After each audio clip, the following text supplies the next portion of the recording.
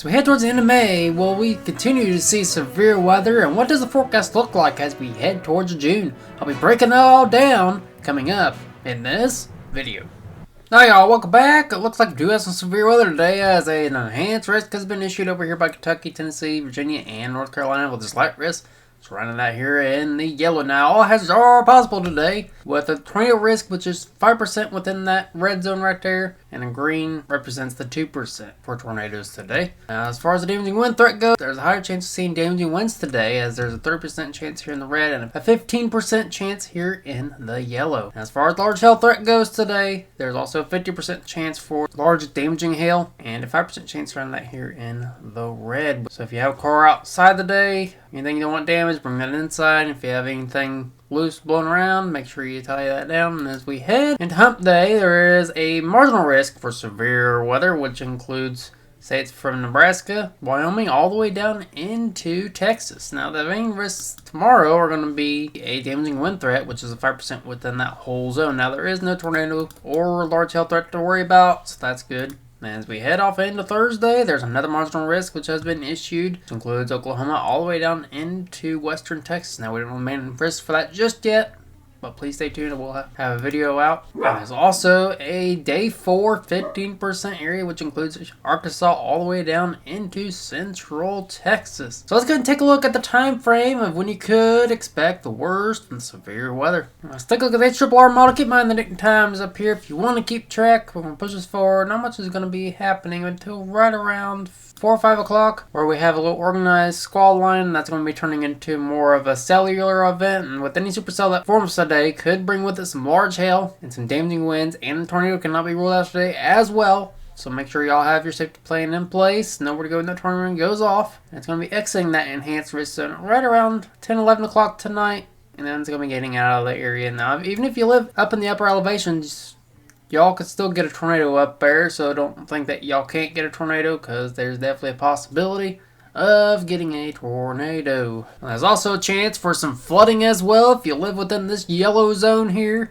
for up to 2 to 4 inches, so please be aware of that if you live in a low-lying area, especially in eastern Kentucky, because we all remember the Hydro Kentucky event last year. This ain't gonna be anything like that, but still, just please be aware of that and turn around and don't drown. As we head off into hump day, there's not much of a risk for tomorrow, just a damaging wind threat. Still, if y'all tied anything down you don't want blowing around, I expect the worst in the severe weather tomorrow to happen right around 6 o'clock to right around 11 o'clock. So that starts to die down. There's not much of a flooding threat, so we push off into Thursday. We focus our attention down here by Oklahoma and Texas. Now, we don't know the main hazards for that just yet, and we'll have a video out breaking that all down. But it looks like, according to the name 3 kilometer, as we push this further out, looks like right around 4 o'clock to right around 8 o'clock is when the worst of it could happen. Now, it looks like some supercells could be forming within that marginal risk, and I expect a slight risk to possibly be issued. But either way, even if it's still a marginal risk and there's still a pretty significant tornado chance, please take that seriously. As we lower our resolution down to the 12 kilometer NAM, we could sort of take a look at that 15% area for Friday. Now, according to the low resolution NAM, it looks like at around 11 o'clock to 3 o'clock is when you could expect the worst and severe weather. But I will have a video out Thursday breaking down the hazards for Thursday and Friday. So whatever risk you are under for the next 3 to 4 days, just please be weather aware, know where to go when the tornado goes off, and please be aware of flooding as well. Turn around and don't drown. So let's go and take a look at the reason why they issued the risks for the next 3 to 4 days. I'm going to show you something called the significant tornadic parameters. Push forward to right around 5 o'clock. It looks like almost a 1 out of 10 on the tornadic scale. So 1.1 out of 10 on the tornadic scale. Right around where Ryan Hall lives. So let's go and take a look at the sounding. It's going to tell us everything we need to know about the kind of environment we're going to be dealing with today as far as tornadic development and everything. Now, it looks like we're going to have 80 degree temperatures out there with some upper 60 degree dew points. So definitely a lot of instability and moisture to deal with today. Not much of a capping inversion in the atmosphere today around where Ryan Hall lives. A little bit of Cape out there as well. Cape values, surface base Cape right around 2,600. Surface base mixed layer Cape's around 1,000, so that's not very good. Not very much in the way of thermodynamics. Kinematics are definitely sustainable, around a 2.4 on the Enhanced Salinity Index. There's a little bit of a dry slot in the upper levels of the atmosphere, and what that basically means is if you see a nice sunny day out, you're driving along in your Lambo, think, oh, it's going to be a great day, and then all of a sudden, you get some clouds, and then it starts to come down out there. That's basically what a dry slot is. It basically clears up the clouds, so that some severe weather can make way. As dry slot is very, very deceiving. So it looks like a pretty sufficient day for tornadoes. It don't look like a tornado outbreak or anything. Now let's look at the wind speeds, what we could be dealing with today, as that is the highest risk for today. It looks like we're going to be dealing with some 17 to 21 knot winds out there. It's right around 20 mile an hour winds, give or take, out there, with winds that could be gusting over 30 knots. So definitely tighten on anything you don't want blown around out there. And please be weather aware if you live within the risk areas for the next 3 days, and never fear, a shelter is near. Alright, let's take a look at the Euro model, see what's coming up as we head towards June. And keep in mind, date time is up here above my head if you want to keep track. You know we get the severe weather that's going to be happening down by the Appalachians today, and got some severe weather tomorrow down by over there by the Colorado mountains. And that's going to spark some severe weather down by Texas as well on Friday.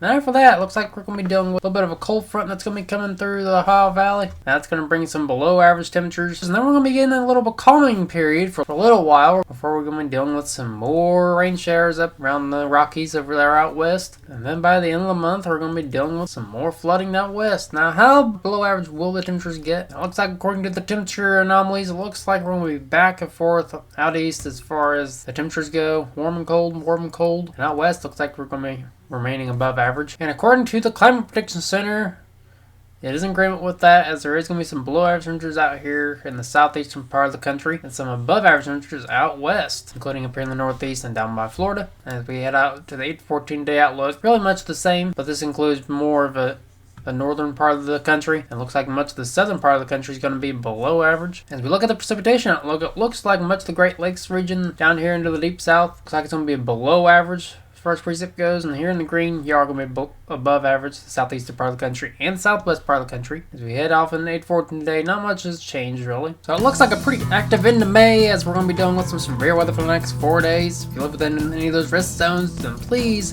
be weather aware and never fear, as shelter is near. And it looks like we're going to be dealing with a wild ride of temperatures as we head towards the end of May as well, and this could result in some more severe weather by the end of the month. And we'll also have a hurricane outlook out sometime this week. Looks like a pretty interesting hurricane season could be on the way, so make sure y'all be on the lookout for that. If you liked the video, please hit that thumbs up button. Don't forget to subscribe down below. Feedback is always appreciated. Appreciate y'all for watching. And until next time, never stop forecasting.